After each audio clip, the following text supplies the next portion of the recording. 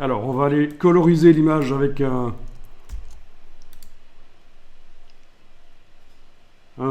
calque de réglage de type teinte saturation. Donc ça ressemble vraiment à ce qu'on a fait avant, mais après, ça va changer un peu, vous allez voir. Donc, calque de réglage de type teinte saturation. Je coche la case coloriser. Je bouge le curseur teinte. Et voilà, j'obtiens des choses sympas. Quand vous avez des photos couleurs banales, parfois ça peut être bien dans une publication, même un site web ou une application, de les coloriser. D'une photo couleur banale, vous allez obtenir quelque chose de plus sympa peut-être. Ok, vous avez fait ça. Vous allez maintenant pouvoir dupliquer le calque teinte saturation. Alors je vais peut-être le renommer celui-là. Ce serait bien, oui, renommer c'est bien. Dans ce cas-ci, ça va nous servir pour la suite. Donc, je vais l'appeler bleu cyan. Ok, ce que j'ai obtenu là. Tiens, ça ressemble à un type d'image qu'on appelle le cyanotype. Ça vous dit quelque chose? C'est assez connu dans le monde de l'image, les cyanotypes. Voilà, cyanotype. C'est un type de développement photo qui donne des résultats donc bleutés comme ça. Tirage cyanotype, c'est très, comment dire, élitiste, hein, maintenant, de nos jours, ce genre de choses. C'est-à-dire qu'on fait ça comme hobby, ça n'a pas vraiment une nécessité, un intérêt professionnel. C'est artistique en fait, voilà. Ça, on s'éloigne du graphisme. Voilà, cyanotype. Donc je parle de ça parce que ce que j'ai fait là me fait penser à un tirage cyanotype. Si on augmente la saturation, si on bouge un peu, voilà. Ok. Donc, ce réglage teinte saturation bleu cyan, vous allez le dupliquer, enfin bleu cyan ou autre chose que vous avez fait chez vous. Hein. C'est moi, j'ai fait du bleu cyan, mais vous n'êtes pas obligé de faire du bleu cyan.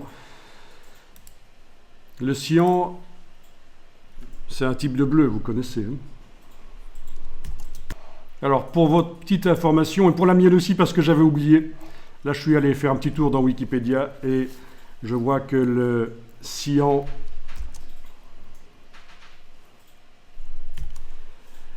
provient du grec ancien kuanos, bleu sombre,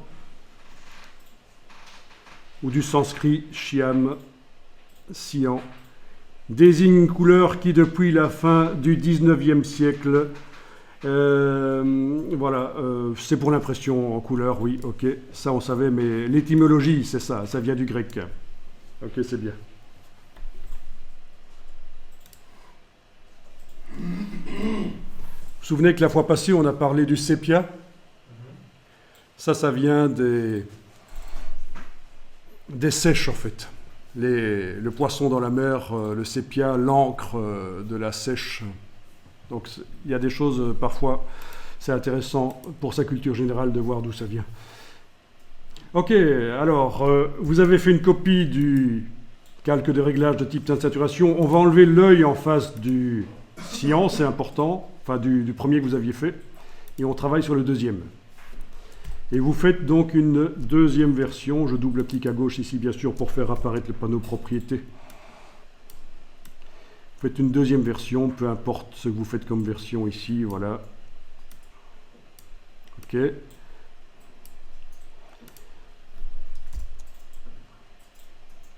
Bien, donc vous avez la première version. Et vous avez la deuxième. Parfait. Ok, ça c'est une manière de coloriser une image noir et blanc. Vous avez d'autres manières. Vous connaissez les courbes de transfert de dégradé, ça vous dit quelque chose? Ben, on va tester ça tout de suite. Ça c'est intéressant. Donc vous gardez toujours votre calque de réglage noir et blanc activé. Vous enlevez les yeux en face des deux calques du dessus. Et vous allez mettre un calque de réglage de type courbe de transfert de dégradé.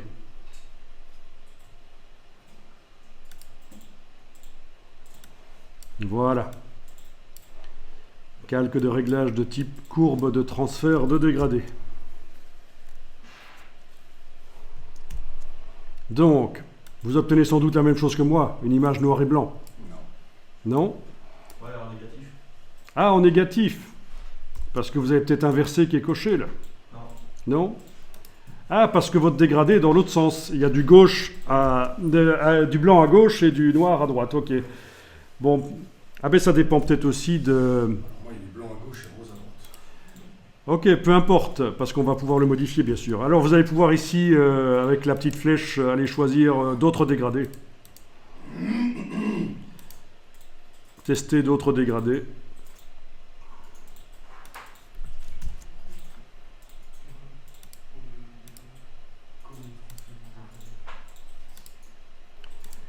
Par contre, ce qui serait intéressant, c'est de modifier le dégradé nous-mêmes. Donc je vais revenir à du noir et blanc. Et plutôt que d'aller chercher un dégradé existant, là, on va cliquer sur le dégradé ici pour faire apparaître l'éditeur de dégradé. Voilà. Éditeur de dégradé. Ça marche? Donc, vous allez pouvoir...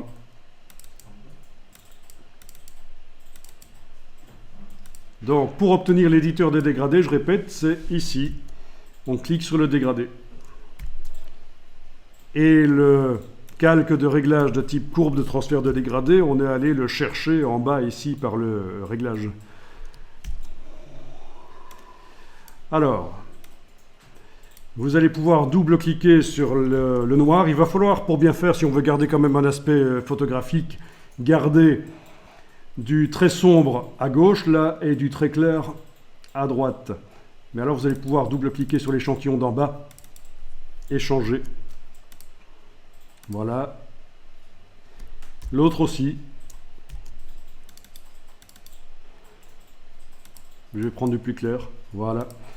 Et donc, voilà une manière de coloriser les images.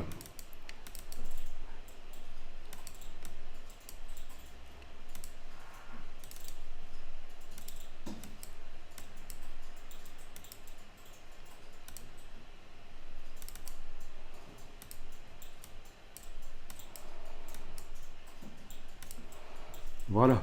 Comme vous le voyez, le principe, c'est que la couleur de gauche va sur les parties sombres et la couleur de droite sur les parties claires de l'image.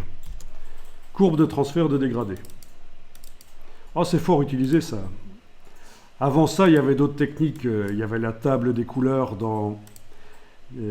table des couleurs indexées dans Photoshop. Ça fait quand même très très longtemps qu'on peut faire ce genre de choses dans Photoshop, mais avec la courbe de transfert de dégradé, c'est quand même autre chose maintenant. Plus facile.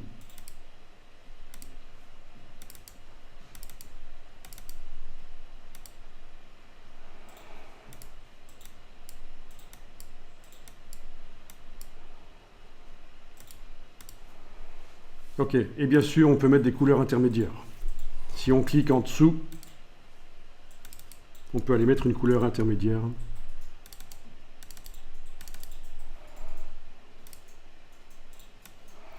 Et obtenir des choses sympas, éventuellement, oui.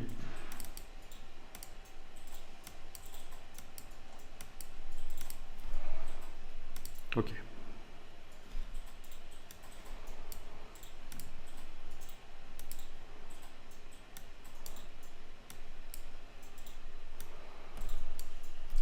Bon, je vais dupliquer le calque,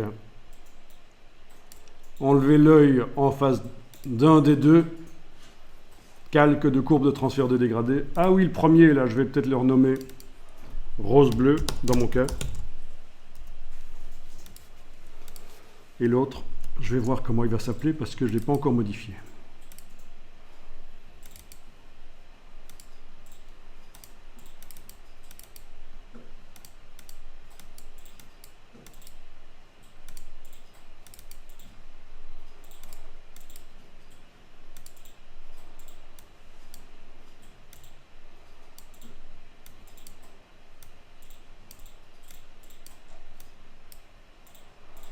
Ok.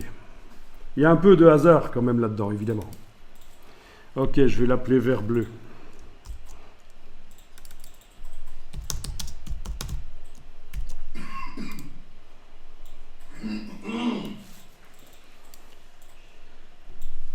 Voilà, une fois que vous avez fait ça, vous pouvez enlever les yeux en face de tous les calques qui modifient les couleurs. Vous gardez votre calque noir et blanc affiché, mais tous les calques qui modifient les couleurs, vous les avez enlevé les yeux et vous allez enregistrer ça.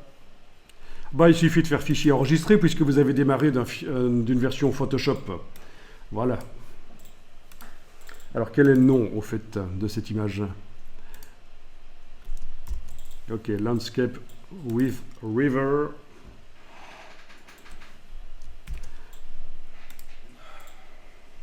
Ok.